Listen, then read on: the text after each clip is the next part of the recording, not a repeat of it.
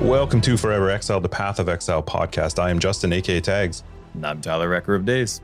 This is episode 54, a special edition episode with one of our favorite people ever as a guest. Really quick before we get to his intro, just a shout out to two new Patreons this week, Alan and Hawaiian Soja. Thank you guys both for supporting the podcast. If you want to find more information, you can look down below for our Patreon link. Now, let us get back to introducing our guest this week. Do you want to do your own intro here, sir? What is going on, guys? It's Yoji, and thank you very much for inviting me on the podcast. That's awesome. See, we were worried. I said to you before, I can't do an intro as good as you can do an intro. So I had to make sure that you would do it for us, which was awesome. Thanks so much for joining us. Yeah, thanks for having me. Like, super excited to talk some PoE. Yeah, some PoE. Well, mostly we want to talk about Yoji, though. Oh, no. This is a Yoji conversation. Oh, damn it. Make it super awkward. Yeah, now you put me on the spot. I don't even know if I'm that interesting to talk about that this long, but we'll try. Oh, yeah, we'll make it. Anyway, yeah, thanks a lot for joining us. It's really cool of you to hop on. I know you said you've had a busy week, so it's a Friday night for you, right? Yeah, it's a Friday night. So now from now on, it's going to be a bit more chill. But yeah, the week's been pretty damn busy. Like lots of work, lots of family stuff, and now a second podcast as well. So yep.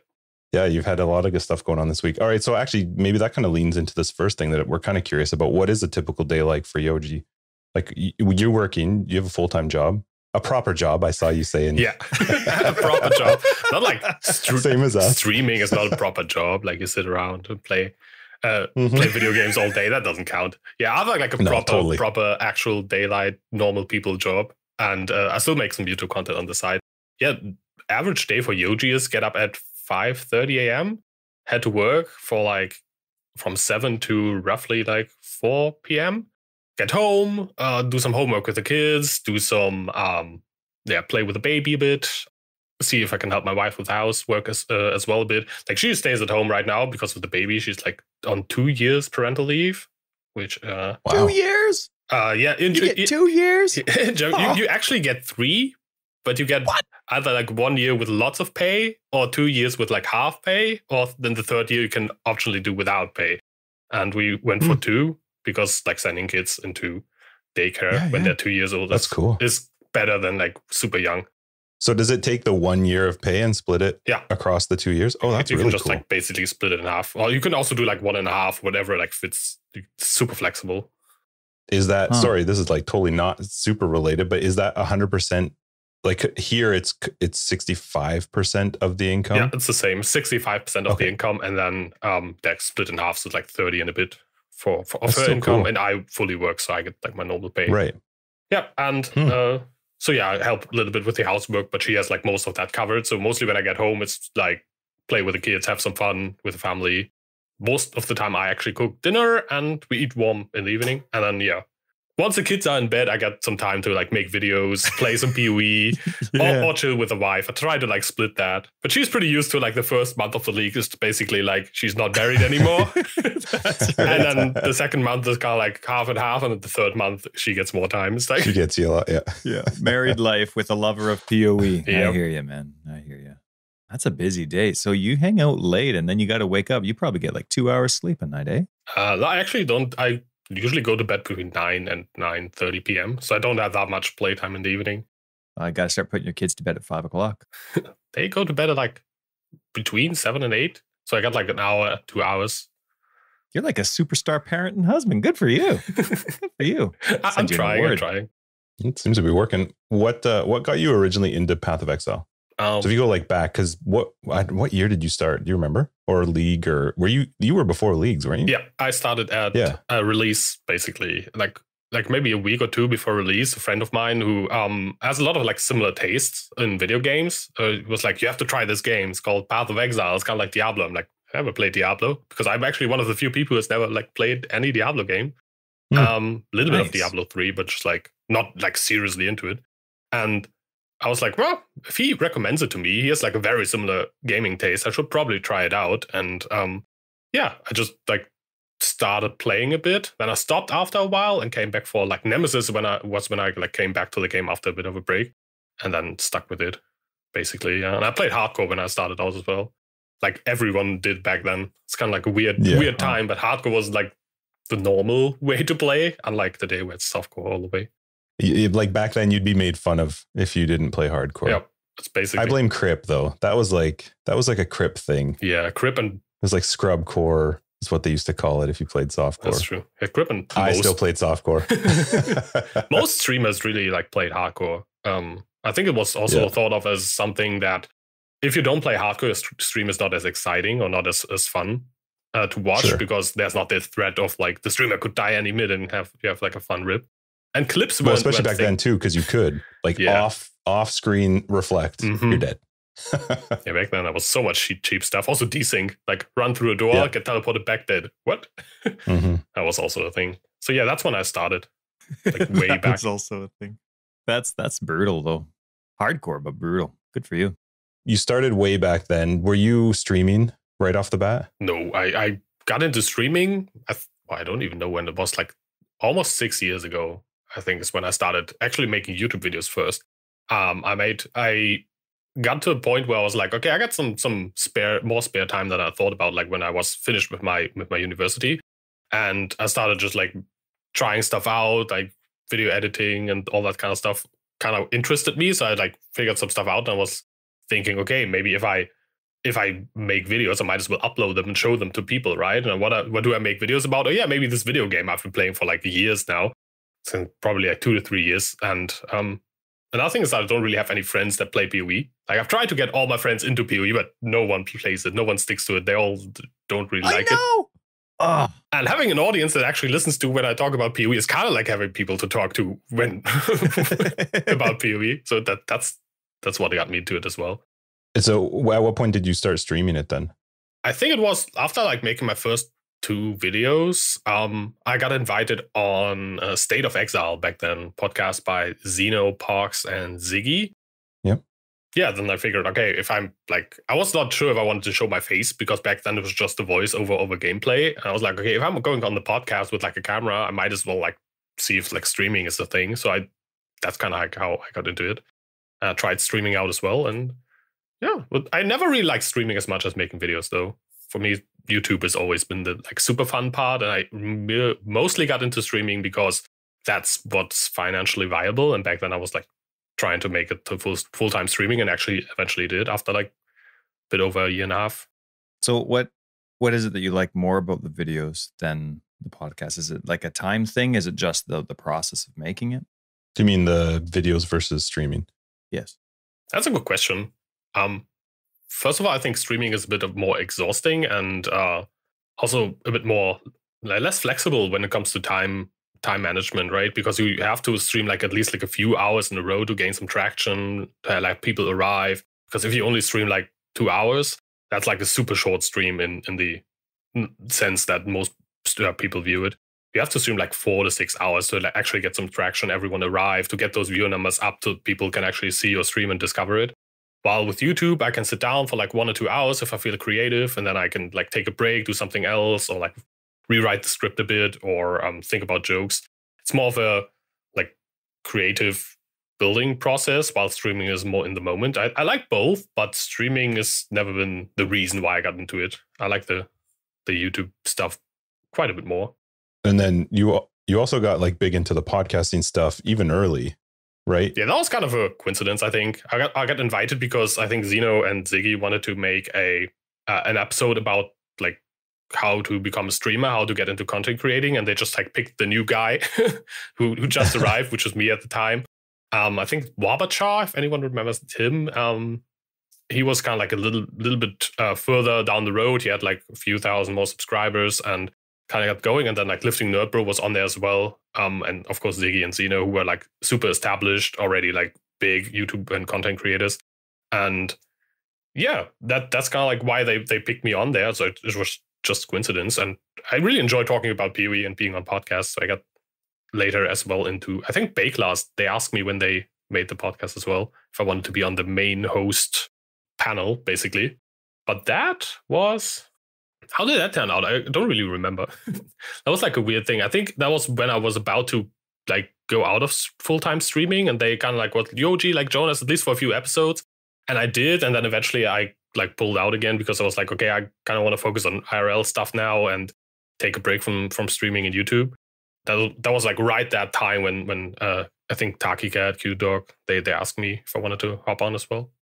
And then you did take a break from all of it, right? For a bit? Yep. I took almost a year of where I made like a video a month maybe, and just focused on getting IRL sorted, getting like back into the like actual normal people working world. And yeah, I moved like 4 times during that time, met my now wife as well during that time. That was like the busiest time of my life. That was like everything happening at once. That's crazy. Yeah. I'm actually kind of curious, what was the draw to go from doing all of this content creation, being involved in podcasts, whether you were on somebody else's or starting to create your own, doing the streaming and your own YouTube creation? What made you go, you know what, I think I'm going to take a break and do the IRL thing? I think the main problem for me was that I always liked chemistry because I'm a chemist. I love science. I love getting into all that stuff. And it's a lot easier to have YouTube as a hobby because I still didn't want to fully quit that. It's easier to have YouTube as a hobby and do chemistry as a job than it is to do chemistry as a hobby and do YouTube as a job. And I didn't want to, I kind of wanted to dabble in both worlds at least a little bit. So I decided to switch that around. And the other part is that, how people say it is, if you do something you love as a job, you never work a day in your life. It can also go the other way around. And that's kind of what happened for me. That's when you turn your passion into a job, all you're left with is just a job, like 24/7. Sure. You just work. I felt like when I was gaming, it felt like working always. Like sometimes it was, of course, fun, but you also, if you wake up and you have to game, even if you don't want to, kind of takes a bit of the fun out of it. Yeah, for sure. Definitely. So did you play through that year that you were off? Did you just continue playing? Yeah, and I enjoyed it way more. That was like the weirdest part. Like just getting up was like, I could just not play PoE now, but I want to. felt so good. I don't know why. It's like weird. But yeah, I didn't actually skip any. I did skip leagues, but I did not stop playing PoE. I just went to standard for a while because I didn't have the time to play leagues at the time. Yes. Good for you. Awesome choice. SSF standard, actually. Oh, if your wife ever leaves you, let me know. I'm lying. I didn't even know that was a thing, SSF standard. It doesn't even make sense. I think I was one of the very first content creators to go softcore SSF and then standard SSF even. Back then, I don't think anyone played. You know how you play a league that no one plays? When you do your lab normally and you get one of the jewels as a reward. If you do it super slow and you still get one of the jewel rewards, that's that's how you know you don't play and anyone plays. You do it's like middle of the afternoon, you're like, this shouldn't work. Yeah. That's awesome. Now, I'll ask you a little more specifically about your videos in a sec, but I love how much you support guide writers in your videos. I watch your videos and I love how many times you've said, if you're following a guide and you've made some changes and then, now your build sucks or you can't do stuff. Well, that's your fault. You went away from the guide. And I love how much you've said it because I enjoy writing guides as well. And I find that just so encouraging because, when you see that as a guide writer and you see that you have a new message as a guide writer, you're terrified, right? You're like, oh no, this is good. I'm just going to get the crap kicked out of me.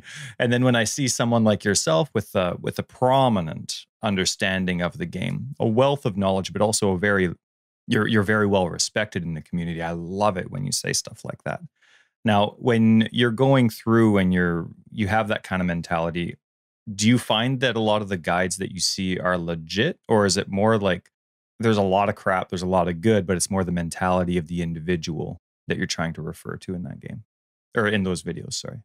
Yeah, I'm trying to mostly get people to enjoy the game that I enjoy. That's the goal of that. Yeah. I try to help people see in PoE what I see when I see the game, a huge opportunity to create super fun builds to learn, but also to just test limits of stuffs and figure out complex mechanics. And that's mostly what I do. And I saw when I made that part of the video, what I saw a lot of people asking or wondering, they would send me a path of building link or profile link and a guide with that and tell me, hey, I made this build exactly as in the guide or roughly in the guide. I just changed that one little thing and it's kind of not working. And 99% of the time, it's that one little thing that completely ruins the whole thing. And I experienced it myself with my guides.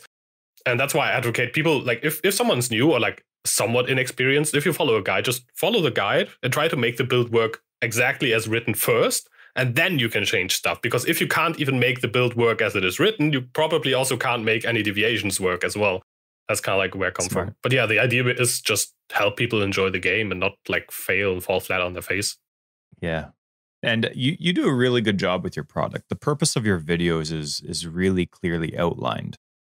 Is there a specific mentality or attitude that you're trying to always impart with your brand? Because you do some guide stuff, you do some tips, you have, your videos are about different products, but they all have a very clear understanding of what they are. Is there a specific attitude or mentality that you're trying to impart in every single one?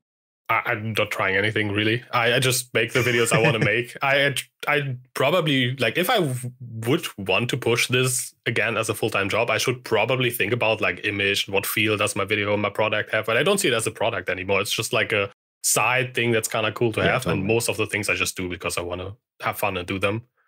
I used to think like that, and that's kind of what ruined it for me. So now I try to like make a point of not doing that.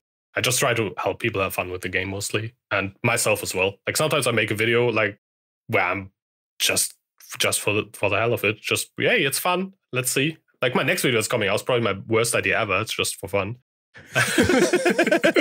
That's awesome, though.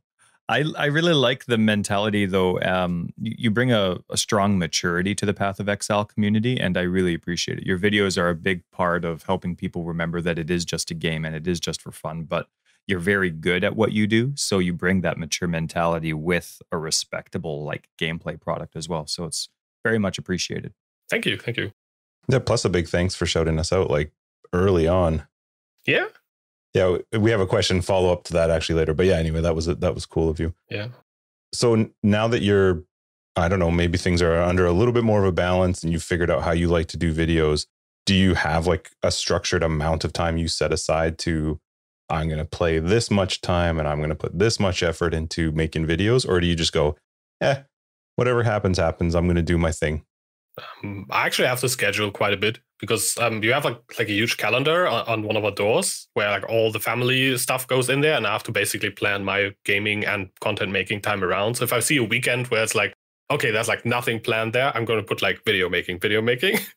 That's usually what I do. I sometimes even do like 2 videos in one day. If I have a full day off, I'll pre-produce a second video.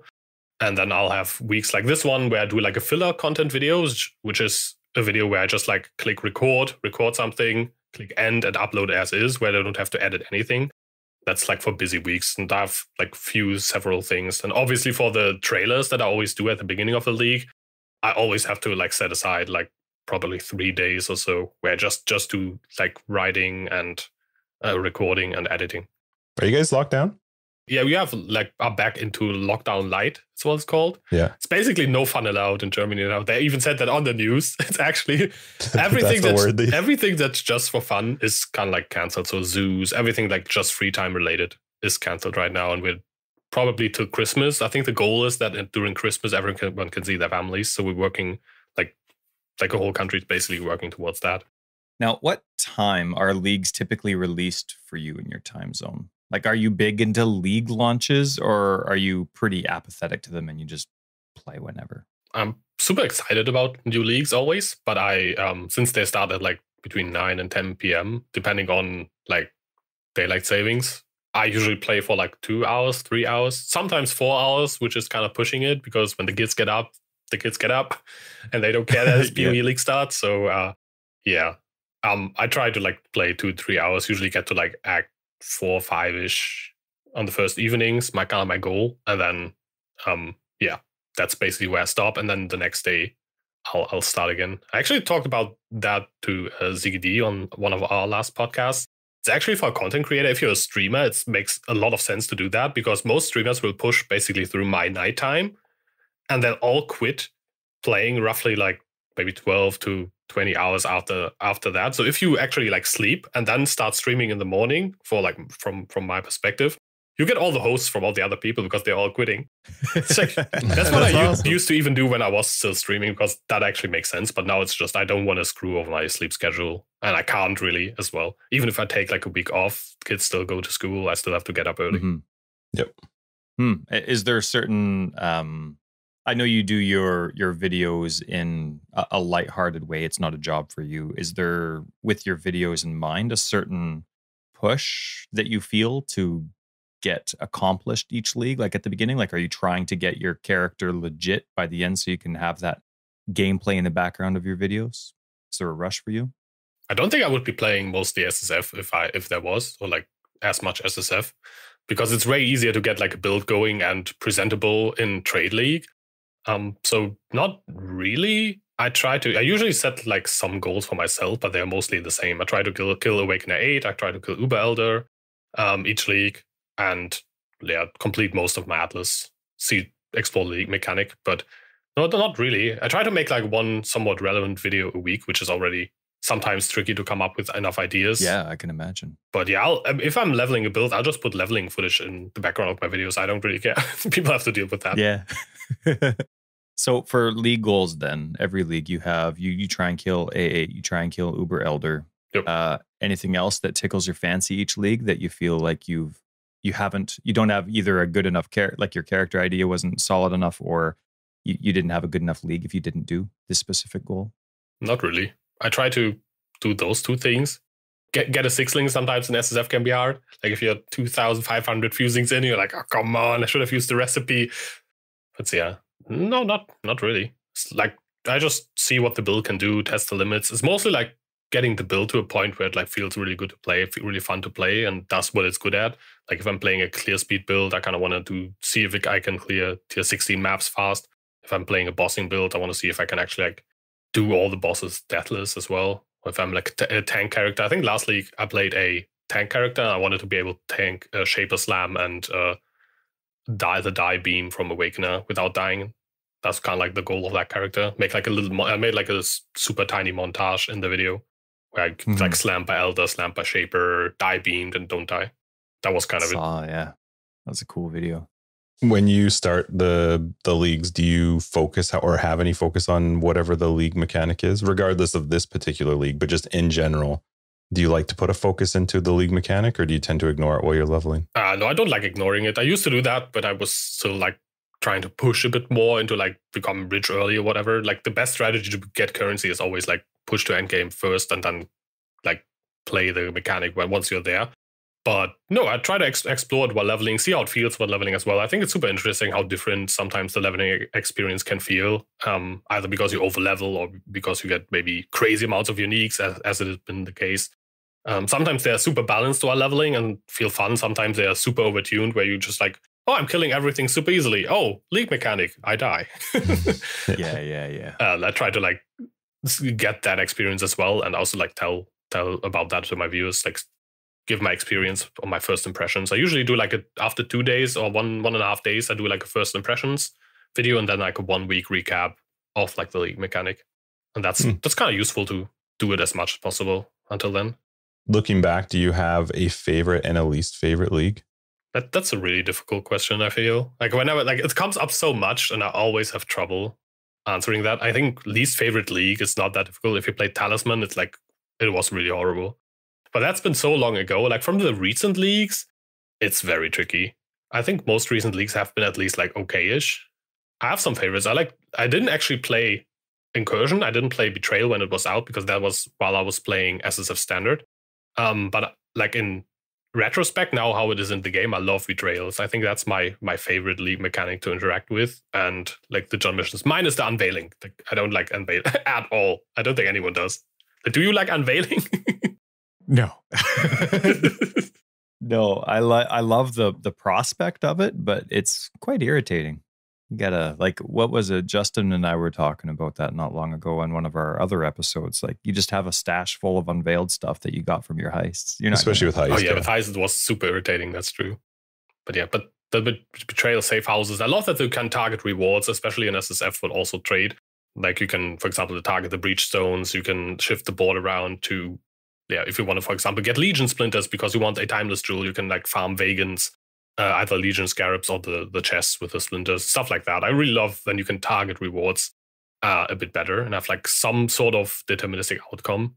I prefer that over just random stuff drops. I mean, that's sometimes also cool, but we have that everywhere else in the game. So I like that there are a few things where you kind of know what you're getting. what do you think about Metamorph? We had that discussion on the last podcast as well. I really like the league as a league, and I think it's pretty cool, but it's also very random one-shotty, which I don't like. So once you get to like level 97, 98, doing Metamorphs is always a bit of a gamble. You don't want to lose that 10% XP. If it was removed from the game, I wouldn't mind. I kind of still like it, but it's not that great. And also the Tain's Lab feels a bit tagged on currently. Do you do Tain's Lab?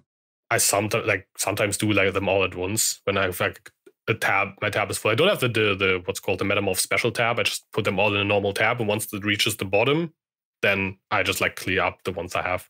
Do the 5-to-1 recipe or 3-to-1. There's 5, 5 I think. Yep. I wouldn't know. My stash tab's super empty. That's cool. So do you play all League, or do you burn out and need a variety of other games? I don't really play many other games normally, but actually like this League is like the first time in forever that I picked up a new game. I started playing Hades yesterday because it was recommended by basically everyone I know. So I figured I might as well start playing. But normally I play like the first 1.5, 2 months like more actively, and then try some random stuff, maybe try some new builds for next League. And now with Heist going longer, I'm actually trying to figure out what to do in the meantime. And that's why I like started to look more into variety now. You primarily, though, play Path of Exile through the leagues. Like, do you often deviate to other games? No, very rarely. I have a few games that I always come back to, which is mostly Dead Cells, Dark Souls, Stardew Valley, and they're those ones. Like, and some roguelikes as well, like other roguelikes, but those are the games I usually go back to. Which Dark Souls? This is the rest of the podcast now. This is now a Dark Souls podcast. Currently, I'm playing Dark Souls 3. I'm doing like a mage playthrough, which I haven't done in a while. I think since the game came out, basically. And my favorite one is the first one, Dark Souls 1. I think mostly because it was my first Souls game, and the experience is a bit special of how the game kind of, I don't know, forces you to play by its rules and teaches you how to not be overconfident and not be like just running in guns blazing, because that doesn't work. And I love that experience. So that's why I think Dark Souls 1 will forever be like super special for me. But yeah, Dark Souls 3 currently, playing some mages, doing some what's called the spirit lancing stuff. A PC, or what are you playing it on? PC, but with the controller. Son of a... Yeah, you have to play with the controller. Yeah. I always try to play controller games to get a little bit less clicking when I play other games than PoE, because PoE basically takes all my clicking mana that I have before I get like some hand cramps. To avoid that, I always play gamepad games outside PoE, and PoE is all like click, click, click, click, click. Yep. Click mana, that's awesome. Yeah, my click mana. Now, what do you think? How do you like casting in DS3? It's super clunky. Like they went, you have to switch your flasks and stuff. Are you able to heal when you want to heal? Are you able to cast when you want to cast?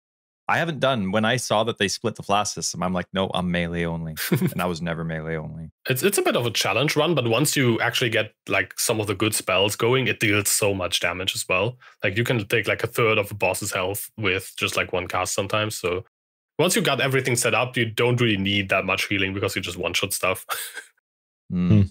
So are you always using Homing Crystal Soul Mass? Not always, but a lot. It can be really fun. It can be really fun. I like this. I think it's called the Lance, Soul Lance. That one's really cool as well because it's a bit faster. Is it the sweeping one where it like goes out in front of you and sweeps like a whole area? I think that's the one I mean. Awesome. I don't know like exactly the name, but the one that's like it's basically almost a melee attack. Yeah. Yeah, it's awesome. Oh, that's sweet. Oh, this is a wicked Dark Souls podcast. Now, in PoE, are there any skills or mechanics, if you can reset to PoE, that is, are there any skills or mechanics that, because of all the changes in the game, they don't work the way they did, but that you really miss? You know, for example, are there certain mechanics that you just dream about from the build that you had that one time, but it's impossible to play now because of the changes that have been made? That's one thing I really liked. It was old Arctic armor. I don't know if you remember that one. It used to be that Arctic armor doesn't just reserve percentage of your mana, but it degens your mana, basically. Like you degenerate mana and you have to it's kind of like Righteous Fire, but on your mana pool. You have to balance your mana in a way that you can sustain Arctic armor, and you get to level it higher, and the higher you level it, the more it degens you. And back then also Eldritch Battery used to turn your ES into mana as well. And I really liked that mechanic. It was maybe a bit broken, but it was also kind of interesting to like balance. I love when you have like lots of tiny things that you can min-max about a character to like squeeze out a little bit extra. I think that's what a lot of people like about this whole aura stacking playstyle, that you can just like get that one more mana reserve to make your build like that much more powerful, and then like one more mana reserve here and like squeeze in one extra aura. That's kind of like what I enjoyed about that. What was it about that skill that made that degen worthwhile? Do you remember? It gives you flat damage reduction from physical and fire damage. That's what it used to do. So you just like have a flat minus 500 damage taken from fizz and fire while you're standing still, which back then was a lot. Interesting. So when a new league starts up, do you have like a given skill or mechanic that you tend to go back to, or are you trying to come up with something new every league? Depends. Sometimes I try to switch it up but the one thing that I kind of go back to is always melee, and especially like two-handed melee. Even before the slam rework, I actually still already played what wasn't called slams then, but slams basically. Mm-hmm. I like ground slam and earthquakes, one of my favorite skills of all time. And now I'm playing like Earth Shredder right now, which is also really fun. And yeah, since the slam rework, I really love that they didn't try to make it basically as the other melee types, but they try to make it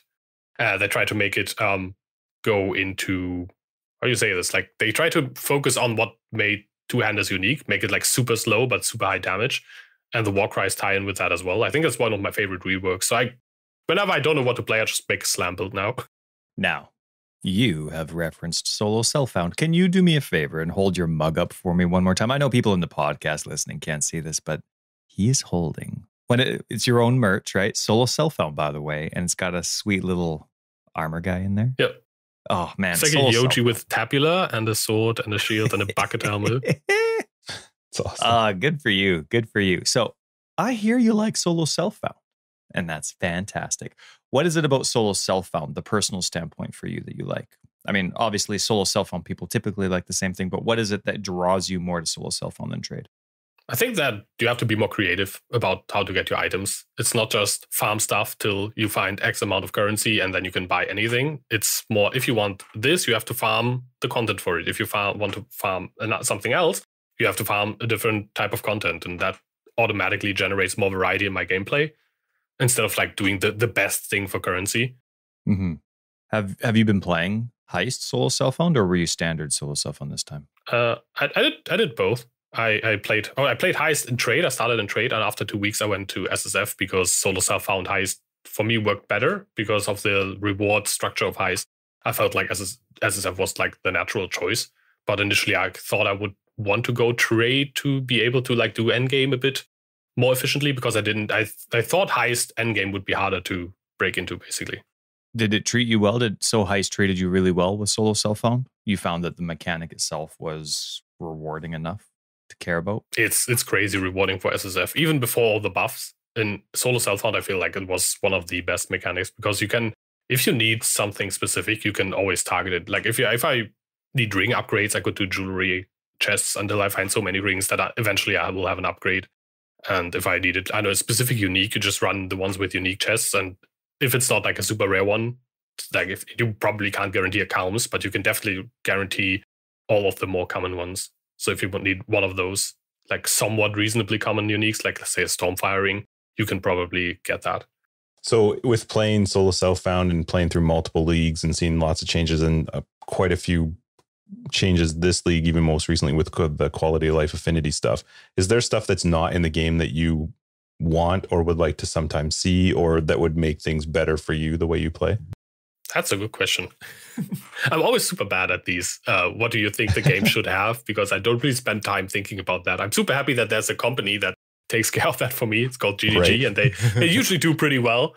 Yep. The stash type affinities is definitely a thing that takes away a lot of clicking. So I'm super happy that we have that now. And the loot sorting in general was just took so much time sometimes. Like either you put up these dump tabs and then they would stack up. And I really hate when you have like 5 dump tabs to clear. It feels like, I don't know, you've not cleaned your room like for way too many days and it gets worse and worse. You kind of like put it off. It's just not fun. So I really hate dump tabs. And yeah, other than that, I don't know, quality of life wise. I mean, there's a lot of stuff, like stuff not dropping in like one by one, but in stacks more. That would be a thing that I would really like to see. Just general clicking reduction. I don't like the spot flasks are in as well. I think that's probably my biggest issue with PoE right now. It's flasks and how much action budget that you have as a player, like it takes up. Like I'm not the like most crazy mechanical player. I'm not like a Korean 500 APM StarCraft god. I'm just like old dude playing PoE, and if I already have to play like press 2 3 4 5 2 3 4 5 all the time, and then I've like we have war cries and frost shields and like all these new cool buff skills that you want to use, but you forget about them anyways because you're too busy pressing flasks all the time. So maybe that would really be a nice change. What would you do? What would you do to flasks? The 2 or 3 things that you could do. One thing would be just make them more situational, like make them maybe even a bit more crazy than they are now. They're already super strong, and not have them refresh as easily. So you actually have to think about like, okay, do I want a flask now? Is this like something I want to do? Oh, that's a good idea. That's a good idea. Or just give us a button that presses as many flasks as we want, like the flask macro that a lot of people like say they would use or would like to have, or probably illegally use as well. Right. Just give us that as a button in game. Like you have like your flask button, and you can tie like however many flasks you want to that. That would also be like a band-aid fix. Yeah. Because I think it limits a bit the design space they have with PoE. Like they can't add too many more cool utility stuffs to the game, while this is just clogging up so much actions of the players. Yeah, totally.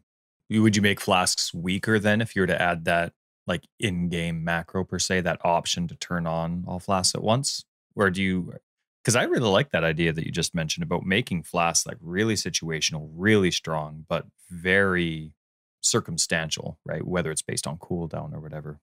Yeah, I think I would prefer the cooldown, or like just have them refresh very, very slowly type of way of dealing with it, either like on kill.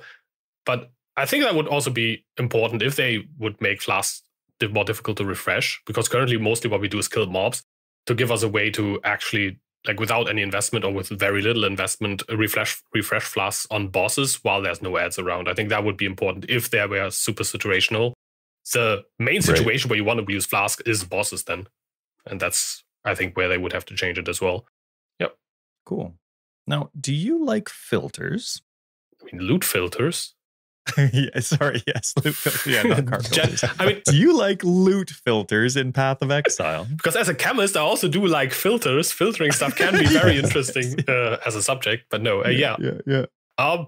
I think they're a necessity, but I don't really like them or anything. I think the game's unplayable without them, but I don't know. It's like, do you like breathing? That's kind of like what the question feels like. Well, I thought that I don't know where it was, but I heard that or thought that you were really into like editing filters and making changes and doing stuff like that. So I was really excited to talk to you about filters. Sometimes people do things they don't like, though, Ty. No, filters is not one of those things for anybody. Path of Exile filters, anyway. I don't know about chemist filters, but is that what you call them? Chemist filters? You go to work and you're like, I think chemist filters? I think we just call them filters, but yeah. What kind of, how do you like your filters? When you redo your filter, do you have like 12,000 lines of code because you like every little thing being very specific? Or do you just have it like really cut and dry? 1,000 lines of code, and you're only showing the crap you want to pick up? I mostly use what's called the Filter Blade website to customize, because that's just way easier. And I think the correct way, or the best way to play, is with a filter that's, in SSF at least, a filter that's fit for every single build. Because you obviously in SSF, unless you want to play like generalist SSF, what I like to call it, where you basically pick up good items for every build you kind of would want to play over the league. So even if you're playing, let's say, a melee two-handed build life-based, you still pick up good energy shield bases, just so you can maybe later play an energy shield build as well. But I usually just tend to focus on 1 or 2 builds per league, and I just make a filter for a specific build and make it go stricter as I go. So, for example, if I have like 300 chromes lying around and I don't plan on like off-coloring a crazy, like off-coloring chest project, I just stop picking up chromes in SSF, and then that just goes on and on and on, until I only pick up like very few bases and items. But early on in SSF, I think I always pick up a lot of stuff. And I think that's probably the most overlooked part, that you have to adjust your filter as you play. A lot of people will just like grab a filter and then play with it and kind of don't really notice how it's holding them back from like playing more efficiently because they're picking up way too much stuff, which was maybe correct while you're still white maps, but then in yellow and red maps, you're picking up way too many bases. Do you pick up based on possible standard play later, right? Because sometimes you're heist and sometimes you're standard. Do you always have standard in mind when you're making your filter? No, not really ever. I sometimes play a bit in SSF standard, but I have so many items. My SSF standard items is from Harbinger to basically now. And I have most items that I would want there anyways, and so much currency and way too many tabs to sort anyways. I just pick up stuff for the league, and if I'm ever playing standard, I just use what I have. So outside of YouTube, and I mean, you don't stream much or at all anymore? I try to stream like once per league. So not that often. For how long? How long is that once per league? I didn't manage to do that in Heist, but normally I stream before league start when no one else is streaming because they're all sleeping for league start. Because that's usually when everyone else who is not at work and just like waiting for league start is kind of like bored. So I try to fill that gap. That's kind of like what I do. I review builds for people, talk about like league start, watch some, I don't know, league start content, whatever on stream. That's usually what I do. Make a loot filter or two, like on filter blade, that type of stuff. Are there other, I don't know what you would call them, like aspects of the Path of Exile community or different areas that you're involved in besides YouTube creation? I'm super horrible at all that community stuff. That's like probably my biggest weakness always. I used to have a guild, but I wasn't in solo self-on guild, so it's not like that much guild play happening. It's just like bragging about loot to each other, which is an important part of PoE, by the way, but it's not that community heavy. I have quite a few people that I usually chat with when I'm in PoE, which are mostly people either who view my content or who I used to play with. The podcast does take quite a bit of time as well, but other than that, I don't really have that much time to do too much. I try to like check in with like some of the other content creators every now and then, like see how they're doing, but also way less than I would like to. I'm horrible at like all that type of community, and I don't know how you say that, keeping up with people and checking in with people. I'm so bad at this. Serious question for you. There is a right or wrong answer, and you will be judged harshly based on your answer. Have you ever played Path of Exile on console? I don't own any console, so no. Oh, you are so lucky. That's like the only way you could get out of that question and say no. Good for you. We will soon maybe have a Switch, because one of the kids said she wants a Switch but I don't think PoE is for Switch, right? It's just PlayStation and Xbox. No. So I'm still safe then. Okay, that's good. Well, plus Switch is so fun. There's so much fun stuff to do on the Switch. Oh, dang it. Well. And PoE is not great on the console. That's not true at all. It's fan-friggin-tastic. Now, here's another one. Have you ever purchased the wrong support pack? Have I ever? I have certainly purchased a supporter pack and didn't like the MTX because it kind of like didn't fit with the stuff that I thought it would fit with, but I did not accidentally click on the wrong one. That didn't happen to me. Yeah. People that do that are lame. Yes, that's so weird. Like, who would ever do that? Hey, you remember? Idiots, I'll tell you. That's it. Was that was Harvest, wasn't it? I think you included that in your Harvest video. That's right. Yes, you were doing grains in the background. Yep. Now, you remember, just quickly, because you were mentioning MTX and then you played Dark Souls. Have you played Dark Souls for a while? Like even back to Dark Souls 2, you played Dark Souls 1, but was it when it came out? I guess my point is, do you remember that there was a website called Fashion Souls? Yes, I know that. Okay. Wouldn't that be awesome to have like a a Path of Exile fashion site so you could actually compare what the colors look like? You mentioned you spent like whatever the amount was, 30, 60 more dollars on the support pack, and then it didn't even match. Yep. I don't know. I just got thinking. Would you like that? Yeah, I think it would also be great for GGG to make.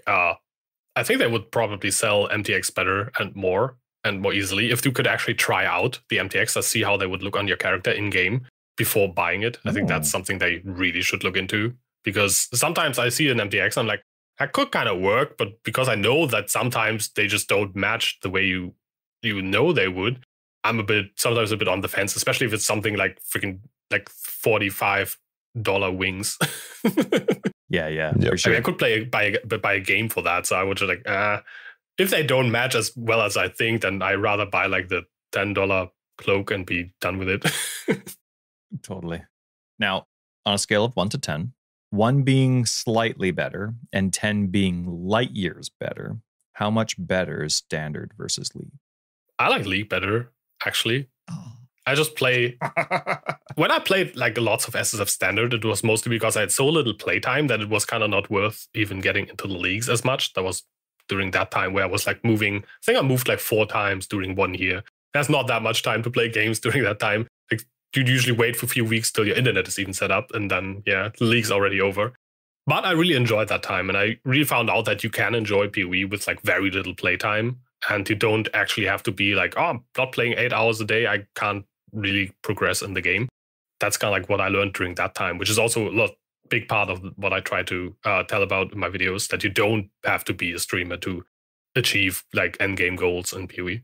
Did you find on, I think you said it was during the Betrayal League that you were playing Solo Self Standard versus the League. Did you ever find, like I've talked to Tyler about this before, that when you're playing the standard version that you're kind of missing out on what might be dropping or what is available in the League, or did you just not care? I don't think I really care about that. Like I always feel like I've been playing PoE for so long. I've like seen and done and played most things at least a little bit, that there's not that much fear of missing out. I'm a bit sad when the League doesn't go core at all, and I didn't play it. Like Synthesis I didn't play because I actually didn't really enjoy the first iteration and kind of went to stand. That was like the League where I actually intended to stop playing standard because I had the time, and then I went into the League and was like, that's not really for me. Went back to standard, and then Synthesis did not go core basically at all, aside from the awesome bosses. And I'm a bit bummed out that I missed out on that, because I think it could have still been a fun experience that I now probably won't see again. But other than that, it's mostly for the gameplay, not for the loot. Like if I miss out on gameplay, that's mostly what I'm sad about. Are there certain aspects to the game that you haven't tackled yet? Like just haven't gotten around to, whether it's like, I don't know, prophecy bosses or this, that, and another thing? Like, is there just a part of the game that you haven't gotten there just by chance? I've not seen every bestiary boss because they are so rare. I've not played every single one of them. I've done the spider one, and I've done the bird one, and the other ones I've never seen, just ever in years of play and doing every Einhorn mission. Just doesn't happen. I just think they don't like me. They just avoid me somehow. I don't know. Maybe I've been mean to them. But other than that, I've done pretty deep delving. I've done Owl, I think it's called, the blue delve boss, which is super rare. I've seen one of them. Yep. And yeah, I've done Shapers, Elders. I think I've done every content, like normal content there is. I've not done like a lot of, for example, like these tier 19 crazy maps or whatever that you can do. But I've like tried out at least everything in the game. Yeah.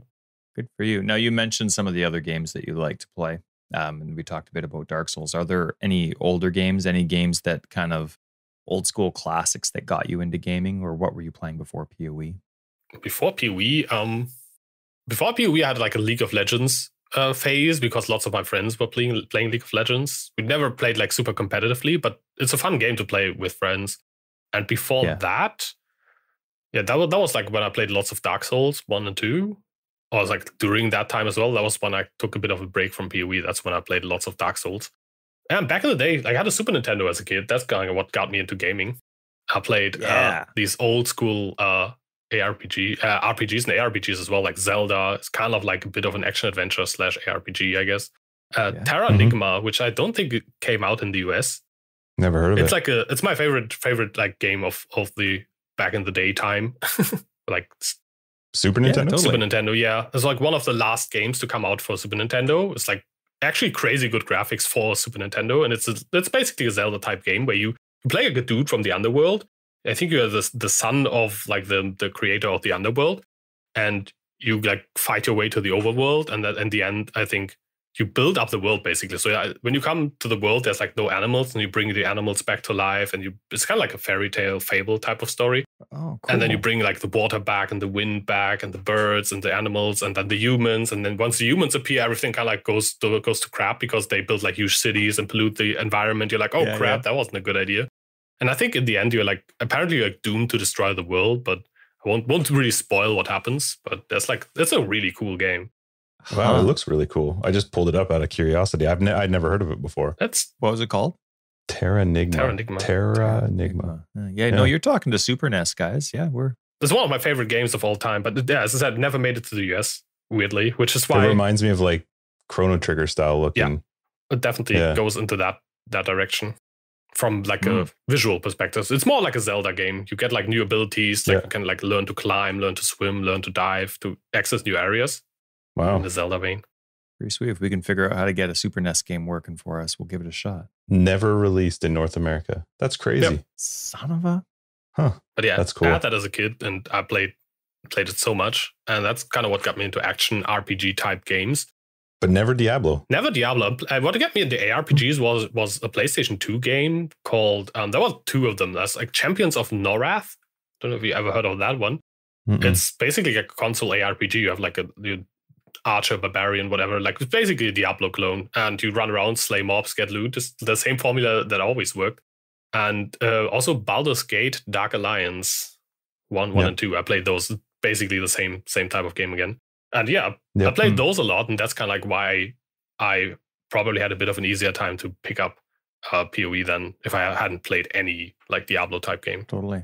How did Diablo 1 and 2 slip? I didn't have a PC back then. I only had consoles, and now I don't have consoles, and I only have a PC. But yeah, as a kid, we didn't have like an actual working PC for quite a while. Yeah. Have you tried the most recent Baldur's Gate? I want to wait till it's finished. I usually don't like playing games when they are not finished and like early access or whatnot. But what I've seen so far, it looks really, really cool. Have you looked at it at all? Like Baldur's Gate 3? Streams. I've seen people stream it. Yep. I'm the same with you. I don't tend to want to buy an EA game early access. I don't like Electronic Arts, the other, but I don't tend to buy the EA games. I don't want to guinea pig something unless I'm super, super into it. That's true. Yeah, that's kind of my approach as well. I'm not a fan of playing a game and then finding out that when the release comes, you got to start over.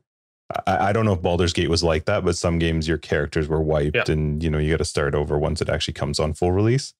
I don't have time for that. Depending on the game, I don't mind that as much. I mean, what I've mostly done with early access was like roguelike games where you start over anyways every round, so it doesn't really matter that much. Darkest Dungeon was one of the few games where I had no issues at all, like just buying into it early access because it looked so good and actually delivered as well. And there's Darkest Dungeon 2 coming as well.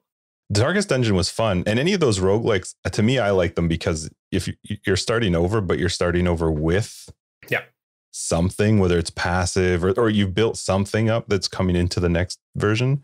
The idea of just like flat out, that's why I don't play hardcore. I don't want to start over. But you also start over, like playing PoE in hardcore is a bit roguelike, right? Because you still have your stash. You just only lose your character. So everything you stash, you kind of get to keep. That sounds so passive. You only lose so your character. It's like you got in a car accident, you only lost your car. I guess from a priority standpoint, you got your loot, and in real life, you got your life, but in PoE, your life is your loot. So I get it. And your solo stuff on, are you playing hardcore? No, I don't really play hardcore anymore, mainly because, as you said, I don't really have time to start over as much. Yeah, okay. We're literally all on the same page on that one. Also, the game has gotten a bit hardcore and more unfriendly, I feel, with like some of the mechanics. And as I said, Metamorph, for example, also Legion can be super rippy. And yeah. It's kind of funny to say that it's gotten less hardcore friendly when back in the day, like we talked about, you had Out of Sync and you had off-screen reflect and like stuff that literally was just poof, you were gone, or stuff that was outside of your control. Yeah, I mean, off-screen reflect doesn't really happen to you if you play melee, and I mostly played melee. So if you can't off-screen, you can't off-screen yourself to reflect, right? That was my strategy. And also melee was the least desync prone of all of them, because you didn't really like dash around or whatever as much. I had like super slow leave slam and that's it. But yeah, without Cyclone, for sure. Yeah. And the game was so much slower as well. Like you had a lot more time to react and to actually read mods on enemies. No one does that anymore. But back in the day, you would be like, sub first, reflect. Okay, I have to be careful. And today it's just like totally true. Kill 20 mobs, kill 20 mobs, kill 20 mobs. Yeah. No one reads anything. You don't even see it. No, it's almost embarrassing to say that you have time to read the mods on enemies. Yeah, if you do, you're probably doing something wrong. You're moving very slow. Is there stuff in real life that you like, this sort of outside of Path of Exile, but stuff you just love to do? I mean, currently there's not really much happening IRL wise, but I used to go to the gym when that was still a thing, like twice to 3 times a week. I picked up recently, like this summer, I picked up rollerblading, I think it's called in English. Oh, right? nice. Yeah, because one of our kids, she said like she wants to try that out. I'm like, okay, I'm getting one this summer as well, because the first time I went out with her, she was like blading around. I was just like sitting there, I was like, I'm bored, I want to do something as well. And she saw me she saw me sitting there, and she actually like went over and asked me like, are you bored? You look bored. I'm like, yeah, I'm bored. Like, why don't you get some as well, like some rollerblades, and we go rollerblade together. And that's like what we've been doing throughout the summer. Awesome. But I'm horrible at it. I'm like so bad still. I probably went out like 30 times by now, and I'm still so horrible. I still fall over. I still need like a somewhat even surface to not completely die. But yeah, that's something. And I used to, and yeah, it's also currently canceled. Everything's currently canceled. But I used to DM for like Dungeons and Dragons tabletop RPG type games for basically all my life. I started at like 12, 13 years old, and I'm still doing that whenever I have a chance. Yeah. Oh, you're a DM pro? We have so many questions for you. We've been trying to get our buddies into dungeon, just anything like that for forever, but the dungeon master is the most important. We didn't grow up playing it, and so we have nobody that knows how to DM. Mm-hmm. Anyone we've tried is terrible at it. Yep, that's really, why I picked that up, because everyone I played with, like whenever someone was like, I can try DM, I was like, I'm not enjoying this at all. And I was like, okay, let me try. And when I was trying it, everyone was like, yeah, that's fun. You can keep doing that. And I actually enjoy it as well. Sometimes you have to like play like for a short adventure or something. You have to be a player character as well to like try out some stuff and not have like all the stuff to manage as well. But mostly like telling stories, and like I only do like homebrew sandbox type stuff. So like players have like super free choices. They can basically do whatever they want, and I'll kind of like mold the adventure around them. That's kind of like how I like to do it. Which does take a lot of preparation time, but also sometimes takes a little bit preparation time off, because if you can't prepare all that much because they have so much like free will to do whatever they want, then you also don't have to prepare everything. You have to improvise a lot though. Right.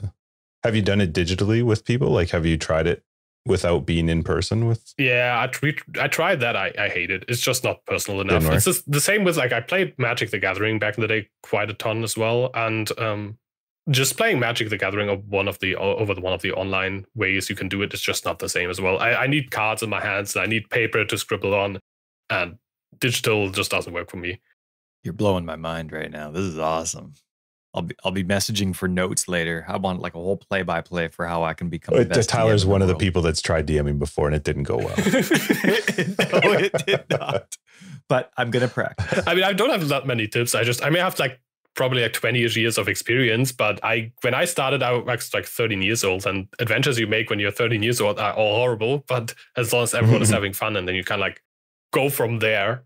But yeah, I think these days I'm pretty decent at DMing and keeping like a group in check and motivating people.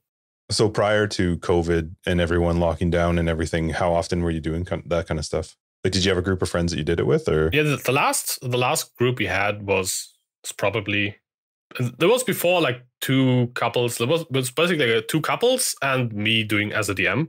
And we had, and most of them, we had a baby, and one of the couples had a baby, the other one are planning, and that's kind of like when it all fell apart, because everyone's like super busy. And then once we were like, okay, we kind of can start like coming together now, then COVID hit, and it's just canceled. But yeah, until then, like we tried every other week. That's kind of like realistic. Oh, that's schedule awesome. Wise. I think if you play much less than that, maybe like every 3 weeks, then you are kind of too disconnected from the last episodes. It's, imagine if you're watching a TV show and you only watch like 1 episode every 2 weeks. That's already pretty rare, right? And if you go like to like 1 every 4 weeks, every 5 weeks, you barely remember what happened during the last one. Even if you would take notes, the emotional connection is still not there. You don't really remember like what your character felt, basically, kind of like that. That's awesome. Dang, that is super cool.